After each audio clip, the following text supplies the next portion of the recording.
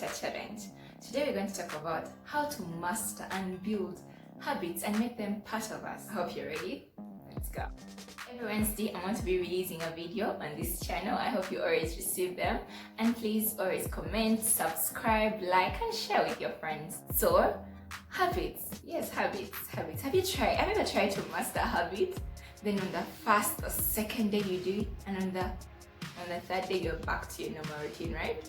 Anyway, it's part of work, the one that I referred to, called Atomic Habits by James Clear.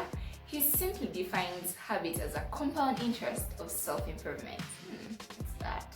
Anyway, so habits are compound interest of self-improvement. Let me say, like, you improve every day by 1%. By the end of the year, you would have improved by 37%. That is a good improvement. That means that time plays a big role in creating and building and mastering habits. So time magnifies the margin between success and failure. This means that good habits make time our ally, and then bad habits, they make time our enemy. I'm very sure. So in building these habits, time is key. For even that, you have to know these three things: the clue, the routine, and the reward. The clue is something that signals you to do some other activity, or it gives you a hint.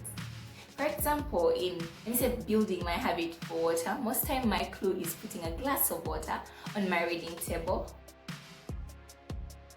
or carrying a bottle with me before I leave home. Then, of course, the routine is the daily, repetitive doing of this activity. And of course, the reward is me having good health, being more hydrated. Yeah, that is in simple terms. Or actually, we'll dive into mastering these habits. We have to be aware. For me, say mastering a good habit, you have to sign, you have to write down those habits that are already existing in your life. What are your habits? You know them more than all of us. So what are your habits? Write them down, be aware of them. Let me say your financial habits. Do you know them? Are you aware of them? The first step to even changing or mastering any of the habits, you have to be aware of them. Right after being aware of your habits, the other way to implement them and fully master them is to actually have an implementation mentality. Attach a time and a place to a certain habit that you want to fully blossom or to fully grow in. This gives it more chance of you actually carrying it out. For example, I'll say I'll journal every day at 6 a.m. on my reading table in my bedroom. I've attached a place and a time. That means I have more chances of carrying out that activity because it's already defined. When that time reaches, I won't be like, I'm telling myself, should I do this? No, I already defined it. So in you building good habits and mastering them, you have to attach a place and a time. So the other way that I have used, and I have actually learned it works most of the times, consistently if you go on with it, habit stacking. You may be like, what's that? Anyway, so habit stacking is literally getting your old habits that are already existing, the good ones of course, and then adding a new habit to it. For example, let me say you're going to brush your teeth. So you can be like, every time after brushing my teeth, because it's something you do daily, every time after brushing my teeth in the morning, journal for 1 hour. Yeah. So you have attached your morning habit of brushing your teeth to journaling. Or I'll read for 1 hour. You get? So that is habit stacking. That is joining habits that are already existing, that are already fully naturally in you, to a new one. It gives it a more chance to actually carry. Some cases in building good habits can be designing your environment. That is, you make the clue as specific as possible, you make it rewarding, you make it satisfying, you make it so easy. For example, taking water. You having a bottle of water on your table or a glass of water. It's not going to bother your brain to go and get a glass of water. No, it's already there.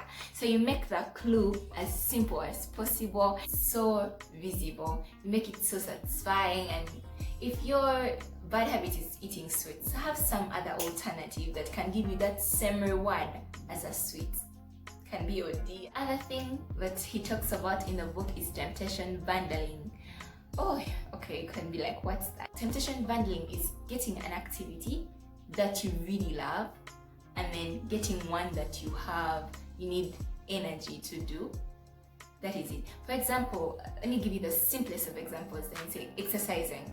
So if exercising on a daily is a bit difficult for you, most of us, and you really enjoy dancing and music, you can actually play the music and dance. That will serve as an exercise.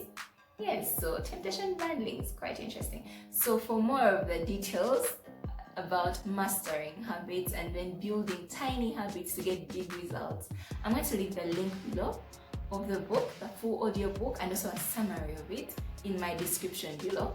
Don't forget to check it out, and also please do comment. Your comments make me happy and they're really so encouraging, and I enjoy them. I enjoy interacting with you. Let me know the habits that you want to build. You have to also have an accountability partner in case you want one who will track you as you build these habits, because when you're accountable to someone, it's more easy. Anyway, so please do subscribe and share the video with everyone that you know needs it.